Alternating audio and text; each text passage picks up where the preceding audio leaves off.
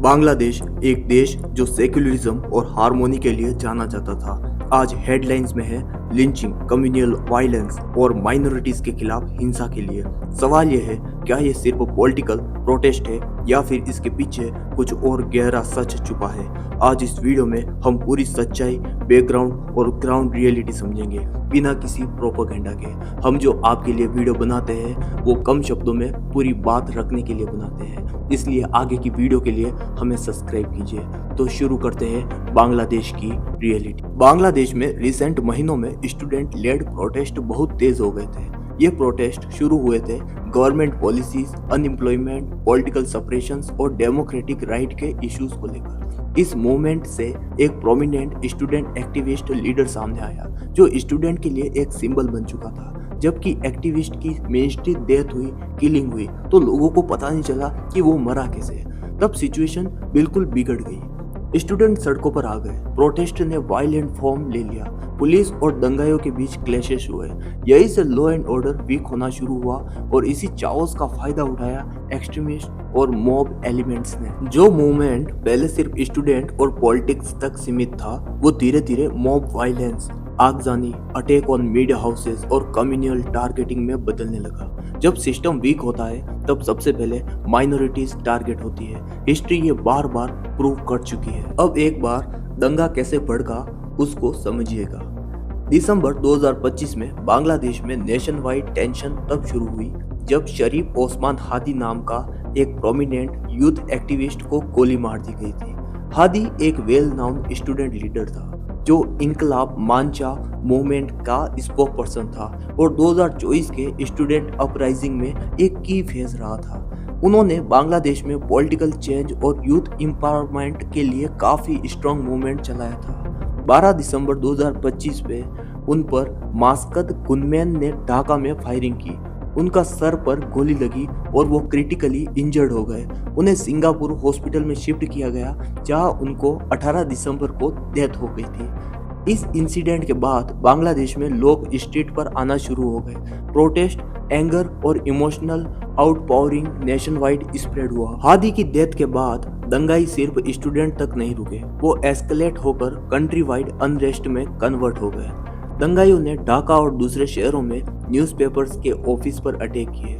Indian high commission के कुछ parts पर भी दंगे दिखाई गए। एंटी इंडिया स्लोगन और रीजनल डिप्लोमेटिक टेंशन भी हेडलाइन बन गए। अथॉरिटीज ने बोला कि ये प्रोटेस्टर हादी की डेथ के लेगेसी को लेकर और एक्यूजेशन और इंडिया इन्वॉल्वमेंट के खिलाफ भी है। हादी के मरने के बाद अनरेस्ट के बीच 18 दिसंबर नाइट को एक बहुत ही डिस्टर्बिंग इंसिडेंट हुआ। दीपू चंद्र दास नाम के हिंदू यूथ को एक मॉब ने ब्रूटली लीच किया।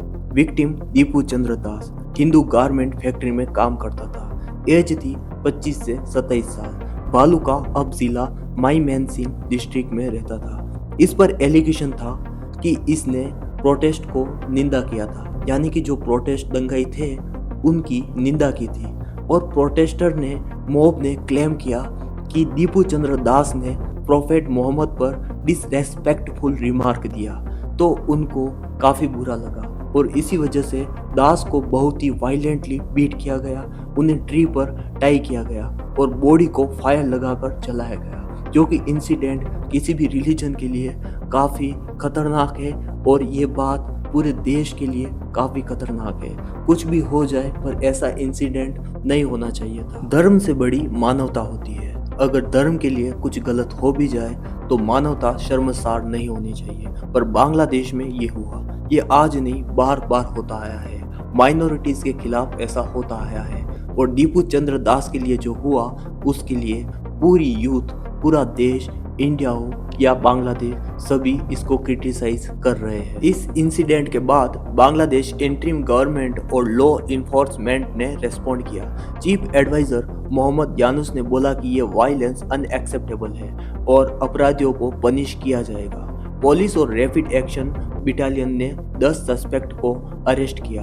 इन कनेक्शन विद दीपू चंद्र दास के लिंचिंग केस में। ये केस आइसोलेटेड नहीं है। रिसेंट अनरेस्ट में कम्युनल टेंशन एस्केलेट हो गए। हिंदू, क्रिश्चियन और बुद्धिस्ट माइनॉरिटीज पर थ्रेट बढ़ते हुए दिख रहे हैं। रिपोर्ट्स शो कि माइनॉरिटीज पब्लिक फियर और मॉब जस्टिस के थ्रेट के साथ जी रहे हैं। प्रोटेस्ट और वायलेंस ने कम्युनिटी हार्मोनी को हर्ट किया और लोकल फैमिलीज में एंजाइटी बढ़ी हुई है। Human right organisation include Amnesty International ने डिमांड किया है कि बांग्लादेश अथॉरिटीज इंश्योर करें इंडिपेंडेंट इन्वेस्टिगेशन और accountability in all cases of mob violence. इस ट्रेजेडी के बाद इंडिया में पॉलिटिकल लीडर्स प्रियंका गांधी, पवन कल्याण, प्रियंका चतुर्वेदी ने लिंचिंग और माइनॉरिटी सेफ्टी पर स्ट्रॉन्ग स्टेटमेंट दिए। प्रोटेस्ट भी इंडिया के कुछ सिटी में हुए, condemning the violence and demanding action.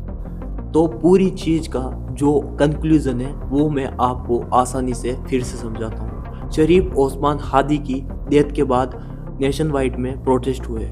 इस प्रोटेस्ट के जरिए दीपू चंद्र दास को, जो एक हिंदू यूथ था, उसके साथ लिंचिंग हुई और उसको मारा गया ब्रूटली तरीके से। सो यही थी पूरी कहानी जो बांग्लादेश में दंगा हो रहा है। अगर आपको ये ट्रेजेडी पूरी समझ आ गई हो तो हमारी वीडियो को लाइक करें और सब्सक्राइब करें, क्योंकि हम कम समय में इंसिडेंट को समझाने की कोशिश करते हैं। हमें सब्सक्राइब करें और सॉरी इंडिया एपिसोड 4 के लिए बेल आइकन को प्रेस करें। Thank you.